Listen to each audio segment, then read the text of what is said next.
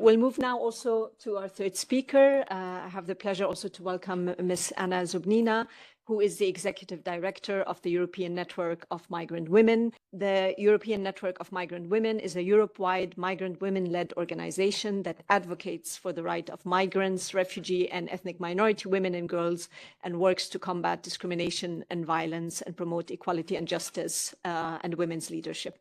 So Anna, in light of your work and experience, where do you see the most significant gaps and what reforms in your view are needed to ensure that the rights of refugee and migrant mothers, who are also quite exposed to violence as mothers, are adequately safeguarded?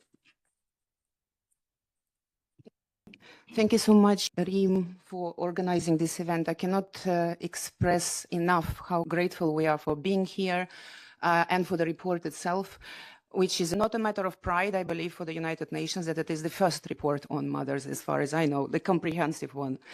For our network, the issue of migrant mothers is fundamental, it's central, because a lot of our constituents are mothers. This is the reality of migrant and refugee women. But I'd like to start by saying that when we discuss in general violence against migrant and refugee mothers, we must recognize a broader reality. And this reality is such that mothers are completely invisible in current European policymaking.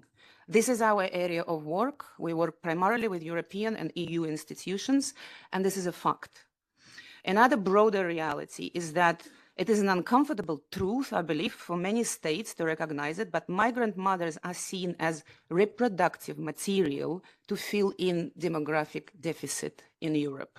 And while European Union prohibits sex discrimination, including discrimination related to pregnancy and maternity, there are virtually no policy initiatives right now addressing the rights, reality of violence and discrimination against mothers in general.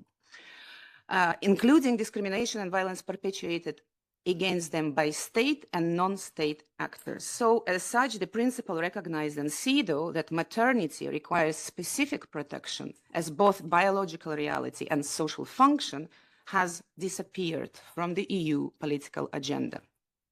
Now, migrant and refugee women are mothers, many of them, and the consequences of this political neglect is particularly severe for this group. Of course, migrant mothers are not a homogeneous group, and among many differences, legal status plays an important role in determining access to rights, protection, and remedies. For example, for mothers arriving to Europe through family unification, residence rights are often dependent on a spouse or a partner. This legal dependency increases vulnerability to domestic violence and prevents women from leaving abusive men.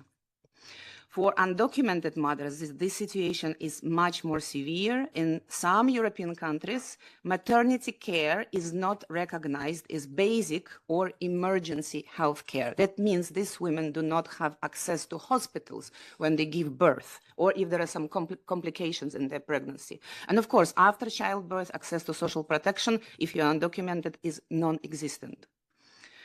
Many migrant mothers are separated from their children because they are denied family reunification, and they are prevented from bringing their children to the country where they reside currently. Others, they leave the children in the country of origin and become sole providers. Domestic workers are a clear example here. Europe depends on the labor of domestic workers while keeping these women separated from their children. In Spain, domestic workers successfully challenged their exclusion from unemployment protection before the EU Court of Justice, and the court held that the exclusion constituted indirect sex discrimination because overwhelming majority of domestic workers are women.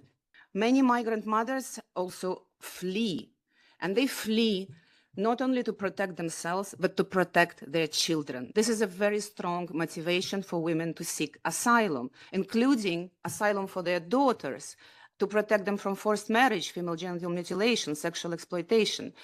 Some of them are widows, and they're persecuted for the perceived relationship or acts by the fathers of their children. Yet asylum system does not recognize motherhood as a distinct dimension of persecution. And then there is a so-called migration journey, which is not really any journey. It exposes mothers to sexual exploitation, violence, and trafficking. when they arrive, they are placed in insecure accommodation, very often mixed-sex facilities, and further at risk of exploitation. I will not even go into the details about the courts that was covered very comprehensively. This is the cases that we're dealing with also on a daily basis. I just want to mention that European Union Migration Pact just came into force, and normally I would call right now for protecting measures inside the Migration Pact, but this demand would be meaningless at the time when right now the European Commission is hosting the Taliban in Europe, negotiating with them the deportation of Afghans. One last mention that we have a very peculiar situation with regards to sexual and reproductive health.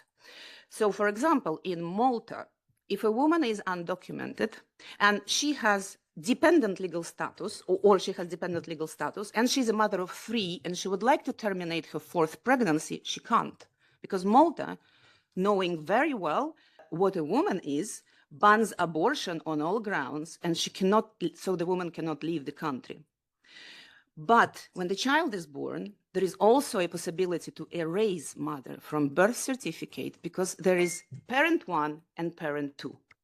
So women are expected to bear children, raise children, to be incubators, especially through surrogacy, and yet they are at the same time erased from law, policy, and even language. And I'd like to finish by saying that I was asked to identify gaps, and there are many gaps, but one gap underlines them all, and it's called patriarchy, which means the rule of fathers. And we still exist in this reality. Thank you. Thank you very much, Anna. That was very powerful.